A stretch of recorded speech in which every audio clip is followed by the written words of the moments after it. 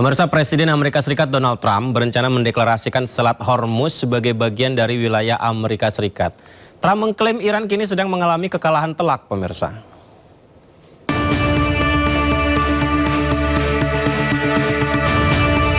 Dalam pernyataannya, Presiden Amerika Serikat Donald Trump mengklaim mengendalikan Selat Hormuz. Kini Trump berencana akan segera mendeklarasikan Selat Hormuz sebagai bagian dari wilayah Amerika Serikat. Menurut Trump, kini Iran sedang mengalami kekalahan telak. We control it with the blockade. We have a blockade. We control it with the blockade. And I like the idea of declaring it a territory. We have total control over the strait. Now they can be a nuisance.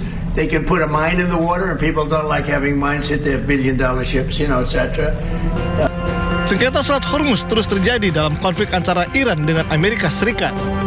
Iran menyatakan Selat Hormuz tidak akan dibuka selama AS terus mengintervensi. Iran menuduh Amerika Serikat gagal penuhi ketentuan dalam nota kesepahaman yang telah disepakati sebelumnya. Di sisi lain, pemirsa, penasihat IRGC Muhammad Reza Naqvi menanggapi bahwa klaim Trump dengan mengatakan Amerika Serikat telah gagal sejak awal dalam upayanya menggulingkan pemerintah Iran dan memecah belah rakyat Iran. که خیلی کوتاه‌بینه، یعنی یک رفتار کودکانه، هیچ آینده نگری در بیاناتش نیست. یعنی وقتی صحبتی میکنه حتی به مثلا 24 ساعت بعدم فکر نمیکنه. یک رهبر مهم بزرگ بین‌المللی باید عمق حتی 50 ساله 100 ساله حرفش رو که تو تاریخ ثبت میشه ببینه، اما اون این ویژگیش اینه که تا فردا رو هم نمیتونه پیش بینی کنه و به اصطلاح یک حرفی رو بزنه که سنجیده باشه و آینده نگر باشه. و Warga terlihat ketakutan dan panik saat kebakaran lahan gambut dengan cepat mengepung kawasan permukiman penduduk di Sampit. Sebuah gereja juga nyaris terbakar. Namun berkat kesiagaan posko gabungan, kondisi tersebut dapat diatasi.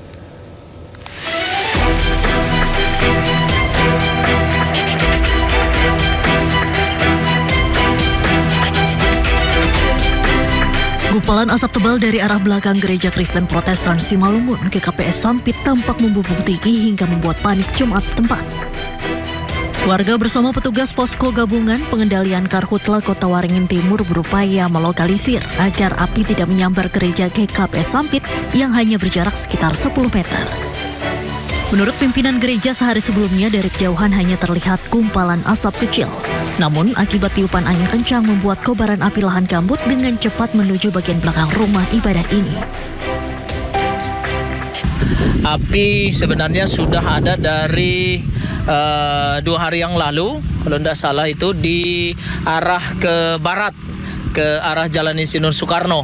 Nah, kemudian sekitar pukul 1 siang tadi angin kencang dan titik api menyebar sampai ke arah belakang gereja dan juga bahkan di belakang perumahan penduduk.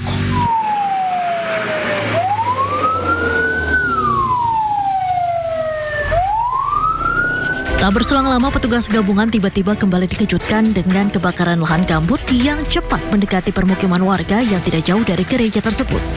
Bahkan warga yang rumahnya nyaris disambar api tampak ketakutan dan panik saat kobaran api hanya tinggal 5 meter menuju rumahnya. Getar itu loh, ketakutan.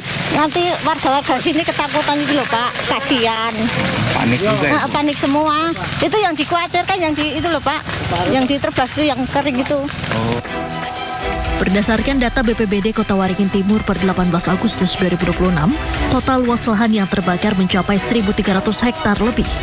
Sedangkan rekap hotspot tercatat sebanyak 3.840 titik panas sepanjang tahun 2026. Dari Sampit, Kabupaten Kota Waringin Timur, Kalimantan Tengah, Norman Syah, iNews melaporkan.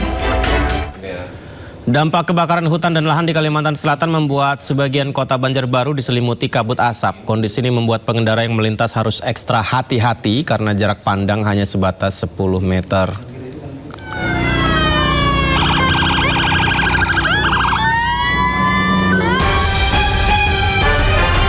Kabut asap pekat dampak kebakaran hutan dan lahan atau karhutla menyelimuti kota Banjarbaru, Kalimantan Selatan pada Rabu pagi.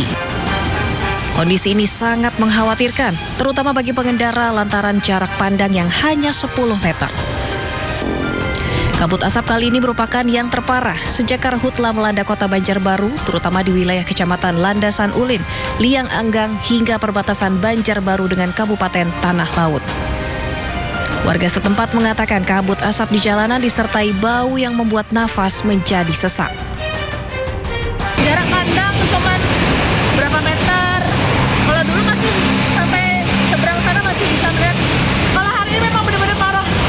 Selama saya tinggal 19 tahun. Selain mengganggu penglihatan, kabut asap juga mengancam kesehatan pernafasan masyarakat. Warga terus berharap ada solusi pasti dari pemerintah daerah dan pusat agar karhutla di Kalimantan Selatan segera berakhir. Dari kota Banjarbaru, Kalimantan Selatan, Sairi Ainjus melaporkan. Ya, pemirsa, sidang pra-peradilan Febri Adriansyah kembali digelar di mana kepolisian selaku termohon meminta Hakim Tunggal Pengadilan Jakarta Selatan menolak permohonan pra-peradilan yang diajukan Febri Adriansyah. Dalam sidang hari ini, Polda Metro Jaya dan Kortas Tipikor Polri selaku termohon menegaskan penetapan Febri sebagai tersangka kasus dugaan tindak pidana korupsi dan TPPU telah berdasarkan lebih dari 2 alat bukti yang sah. Polisi menjelaskan penyidik telah memeriksa 16 saksi dan 3 ahli. Penyidik juga mengantongi barang bukti sebelum menetapkan Febri sebagai tersangka. Bahwa perkara tersebut layak ditingkatkan ke tahap penyidikan. Bahwa setelah perkara berada pada tahap penyidikan, para termohon selanjutnya melakukan serangkaian tindakan penyidikan berupa pemeriksaan saksi, pemeriksaan ahli, pengumpulan dan pemeriksaan dokumen serta barang bukti, penggeledahan, penyitaan, penelusuran transaksi dan aliran dana serta tindakan penyidikan lainnya yang sah menurut hukum. Berdasarkan keseluruhan hasil penyidikan tersebut dan setelah diperoleh alat bukti yang dipersyaratkan oleh KUHAP, para termohon kemudian menetapkan pemohon sebagai tersangka sebagaimana dituangkan dalam surat penetapan tersangka nomor Stap 02 7 Romawi Res 3.3 2026 Polda Metro Jaya tanggal 10 Juli 2026. Oleh karena itu, dalil pemohon yang menyatakan bahwa penetapan tersangka terhadap dirinya cacat hukum karena penyidikan tidak didahului penyelidikan, rencana penyelidikan, laporan hasil penyelidikan, dan gelar perkara adalah dalil yang terbantahkan oleh fakta administrasi dan rangkaian proses penegakan hukum yang telah dilaksanakan oleh para termohon yang nantinya akan kami buktikan dalam pembuktian. Dengan demikian, tidak terdapat alasan hukum untuk menyatakan surat perintah penyidikan maupun surat penetapan tersangka terhadap pemohon tidak sah. Oleh karenanya, dalil serta petitum pemohon yang memohon agar pengadilan menyatakan penetapan tersangka tidak sah patut untuk ditolak seluruhnya atau setidak-tidaknya dinyatakan tidak beralasan hukum.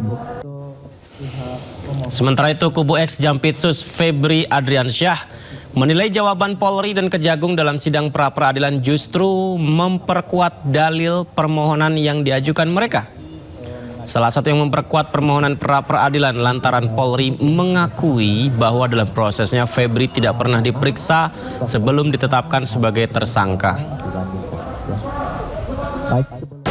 Sudah kami sampaikan dan tentu kami berharap bahwa besok itu argumen-argumen yang kami sampaikan ini tadi akan mendapat dukungan dari para ahli yang hendak kami hadirkan.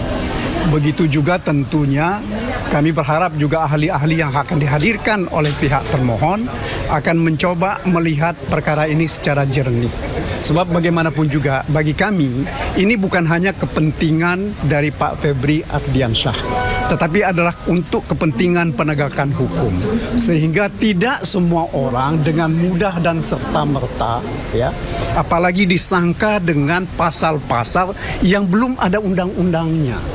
Ini kan akan merugikan kepentingan hukum orang dan juga ini adalah bentuk pelanggaran terhadap hukum yang dilakukan secara kasat mata. Pengadilan Negeri Jakarta Selatan menggelar sidang lanjutan pra-peradilan Dr. Tifa dengan agenda pembacaan kesimpulan. Dr. Tifa pun menyoroti kesimpulan jaksa penuntut umum.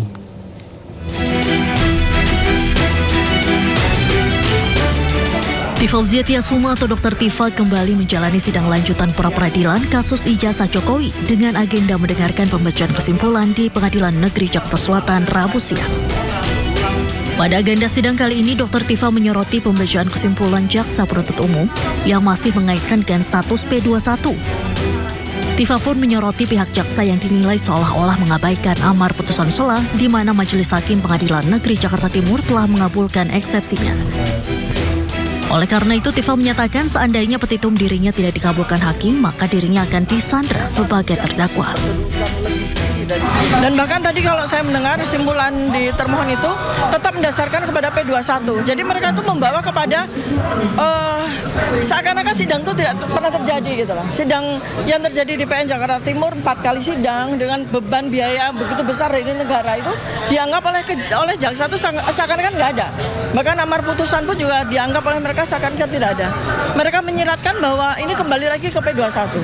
Padahal ini kita sedang menghormati sebuah proses hukum, prosedur hukum yang betul-betul kita menghormati apa yang ada di KUHP, apa yang ada di KUHP. Kalau seandainya peradilan ini tidak memutus apa yang kami minta dalam petitum kami, artinya saya disandera sebagai terdakwa dengan sewenang-wenang, dengan semena-mena, tanpa hukum gitu loh. Di luar hukum, tidak ada koridor hukum apapun yang memberikan fasilitas kepada saya untuk disandera sebagai terdakwa ketika amar putusan dari PN Jakarta Timur itu sudah diketok palu oleh hakim gitu ya. Jadi selanjutnya sidang putusan pra-peradilan Dr. Tifa akan digelar pada hari Jumat 21 Agustus 2026 mendatang. Dari Jakarta, tim liputan Rai News melaporkan.